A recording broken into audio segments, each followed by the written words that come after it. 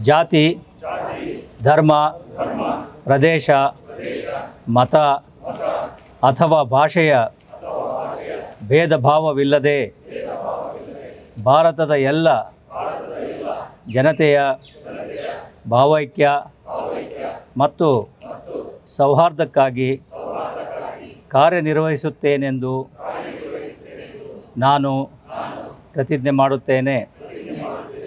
ಅಲ್ಲದೆ ವೈಯಕ್ತಿಕವಾಗಿ ಆಗಲಿ ಅಥವಾ ಸಾಮೂಹಿಕವಾಗಿ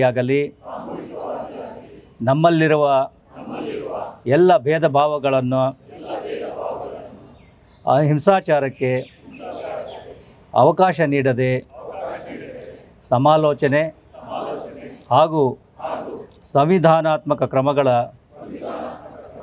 ಮೂಲಕ ಪರಿಹರಿಸುತ್ತೇವೆಂದು ಸಹ ಪ್ರತಿಜ್ಞೆ ಮಾಡುತ್ತೇನೆ. ಜೈ ಹಿಂದ್.